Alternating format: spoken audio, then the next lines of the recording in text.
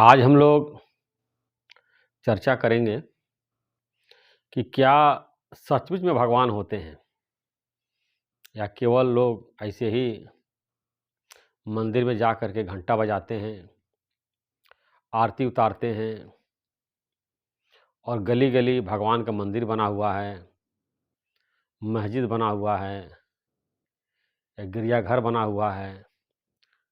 लोग वहाँ जाते हैं, प्रार्थना करते हैं और नमाज़ पढ़ते हैं। कितनी पूरे दुनिया में हमारे ख़्याल से सभी लोग भगवान को मानते हैं और 700-800 करोड़ जनसंख्या है। उसमें अगर थोड़े बहुत लोग नहीं मानते हैं तो कोई फ़र्क नहीं पड़ता है। तो हर आदमी, जितने भी संसार के लोग हैं, हर घर में सब लोग, हर व्यक्ति ऐसा महसूस करता है कि भगवान हैं। तभी तो सब लोग अपने घर में एक छोटा-सा पूजा का मंदिर बनाते हैं, पूजा घर बनाते हैं, पूजा करते हैं और भगवान के नाम पे कितने त्योहार मनाए जाते हैं। हिंदू में भी, मुस्लिम में भी और ईसाई में भी कितने जो है धार्मिक आयोजन किए जाते हैं और देवी-देवताओं का भी पूजा पाठ होता है और उनकी भी लोग मूर्तियाँ रखते हैं, पूजा करते हैं। कितना तरह-तरह विधि-विधान से लोग व्रत रहते हैं, पूजा रखते हैं, पाठ रखते हैं, उपवास रखते हैं। कितनी सारी विधियाँ बताई गई हैं। लेकिन रही बात प्रमाण की, तो भगवद गीता में लिखा हुआ है कि भगवान का कोई प्रमाण नहीं है, कि कोई प्रमाण दे दिया जाए कि ये भगवान हैं। जैसे हिमालय पर्वत का एक प्रमाण है कि हिमालय है, या गंगा नदी है, या कोई व्यक्ति है उसका प्रमाण है। लेकिन भगवान का प्रमाण नहीं है, भगवान अपरिमेय है। आप उसको केवल अनुभव कर सकते हैं। परमात्मा को अपने अनुभव के द्वारा जान सकते हैं। बाकी और कोई तरीका नहीं भगवान को जानने का। कोई भगवान आपके सामने विष्णु रूप में आ जाएंगे, सुदर्शन चक्र लिए हुए अपना दर्शन दे देंगे। ये सब कल्पना में दर्शन होगा। भगवान कोई स्थूल चीज़ नहीं है। जैसे मनुष्य लोग होते हैं, कपड़ा पहनते हैं, पैर से आते जाते हैं, खाना खाते हैं, मल मूत्र का त्याग करते हैं, शादी ब्याह करते हैं, बाल बच्चे पैदा करते हैं, मकान बनवाते हैं और धन संपत्ति का संग्रह करते हैं। भगवान बिल्कुल ऐसे नहीं हैं। भगवान एक निराकार शक्ति हैं जो सबके हृदय में विराजमान है और भगवान सबको सलाह भी देते हैं। हर व्यक्ति ऐसा महसूस करता है कि जब वो कोई गलत कार्य करने जाता है तो उसके हृदय में ईश्वर की प्रेरणा आती है, ये गलत है, इसको नहीं करो। लेकिन हम अपने इच्छा के कारण, अपने आसक्ति के कारण, अपने स्वार्थ के कारण, अपनी वासना के कारण वो गलत कार्य कर बैठते हैं। अब भगवान का जो सलाह होता है उसको इग्नोर कर देते हैं। तो जो परमात्मा सबके हृदय में विराजमान है, बैठा हुआ है, सलाह दे रहा है, वही भगवान है और हर कोई व्यक्ति उसको महसूस कर सकता है। परमात्मा सबके हृदय में बैठे हुए हैं, लेकिन उसको जानने के लिए प्रोसेस से गुजरना पड़ता है। वो प्रोसेस जो है सारे शास्त्रों में लिखा हुआ है कि परमात्मा प्राप्त करने का क्या तरीका है। सिर्फ एक ही तरीका है, 50 तरीका नहीं है। चित्त को निर्मल करना, इतने योग की विद्याएं बताई गई हैं, ध्यान, धारणा, समाधि। इसका एकमात्र उद्देश्य जो है चित्त का निर्मल करना। या सत्संग करते हैं, या भजन गाते हैं, या पूजा पाठ करते हैं, जब तक आप चित्त को निर्मल नहीं करेंगे तब तक जो है आपको लगेगा भगवान है ही नहीं है, अंधेरे में भटक रहे हैं। क्योंकि स्वच्छ मन से ही परमात्मा का दर्शन होता है। अगर हमारा चित्त मलिन है तो मलिन चित्त के द्वारा हम परमात्मा को नहीं जान सकते हैं और ऐसे कहते रहते भगवान नहीं है, भगवान किसने देखा है, भगवान का क्या प्रमाण है। इसीलिए तुलसीदास ने बोला है, निज निर्मल जन सो मोहि पावा, मोहे कपट छल छिद्र न भावा। तुलसीदास ने रामचरितमानस में लिखा है, जिनका मन निर्मल हो गया है वही परमात्मा को जान पाते हैं। और जिनके छल है, कपट है, चतुराई है, पैतरेबाजी है, वो परमात्मा को नहीं जान सकते हैं। परमात्मा आपसे दूर नहीं है, ऐसा शास्त्रों में आया, वेदों में आया है। अयम आत्मा ब्रह्म, यह आत्मा ही ब्रह्म है।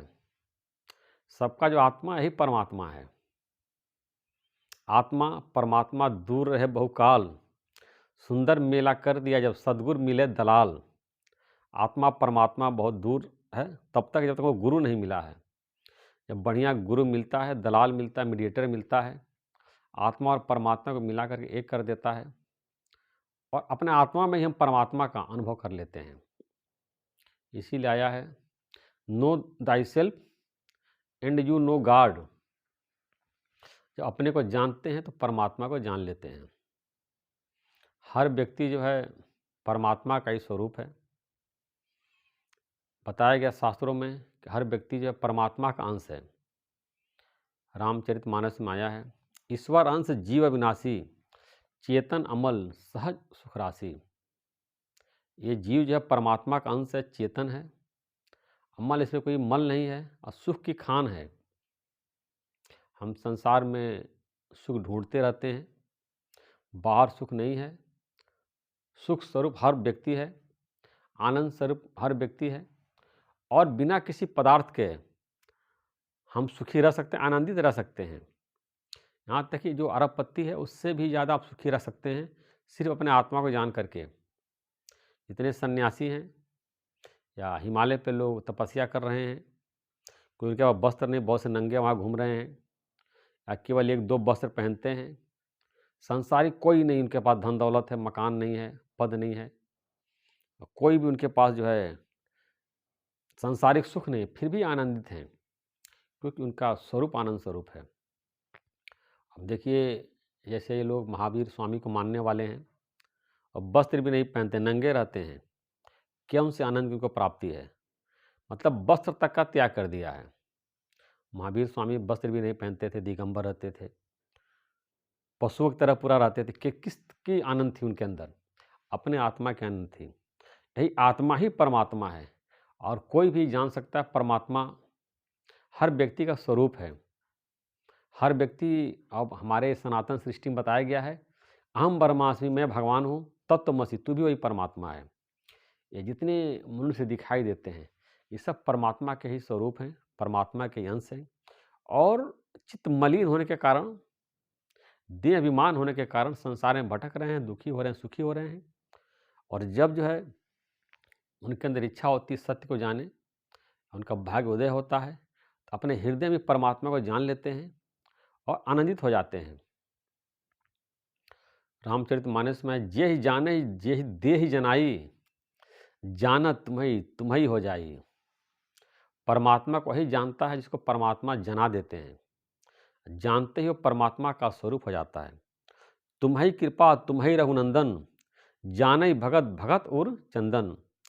परमात्मा तुम्हारे ही कृपा से रघुनंदन, मतलब कि तुलसीदास एक संबोधित कर रहे थे, उनको परमात्मा समझते थे कि परमात्मा तुम्हारी कृपा से हम परमात्मा को जान पाते हैं।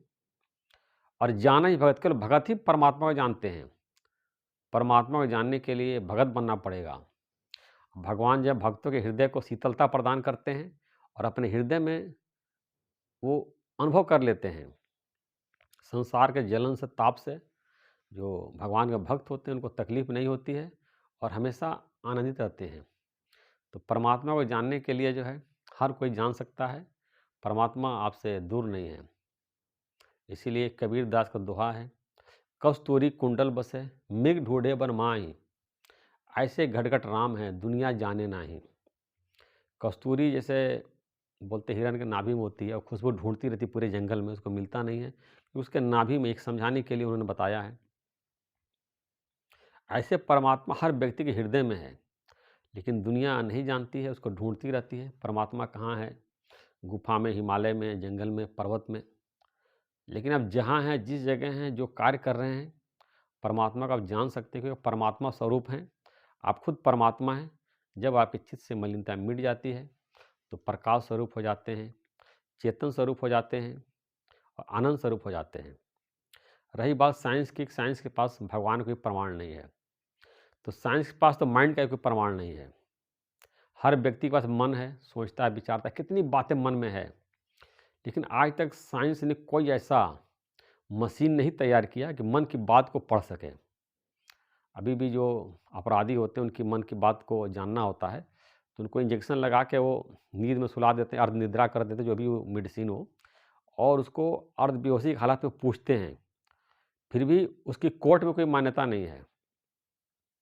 पूछ करके सबूत इकट्ठा करने की कोशिश करते हैं, कुछ पता चल जाए कि क्राइम कैसे किया है, इसने किया कि नहीं किया है। और उसके द्वारा बहुत से चालाक होते हैं कि बात को अंदर दबा लेते हैं, नहीं बता पाते हैं। सबके पास माइंड है, सबके पास मन है। हर व्यक्ति मन से सोचता है, विचारता है, बहुत सारी बातें हैं। लेकिन कोई भी व्यक्ति, एक व्यक्ति के मन की बात दूसरा व्यक्ति नहीं जान पाता है। यहाँ तक कि साइंस भी नहीं जान पाता है। और आत्मा तो उससे भी ऊपर है। हर कोई आत्मा है, लेकिन सब लोग आत्म साक्षात्कार नहीं कर पाते हैं। जो चित्त को शुद्ध करते हैं वही आत्म साक्षात्कार कर पाते हैं। और परमात्मा तो उससे भी ऊपर है। साइंस के पास माइंड का जो है कोई प्रूफ नहीं है कि प्रमाण नहीं दिखा दे माइंड, लेकिन हर व्यक्ति मन का अनुभव कर रहा है।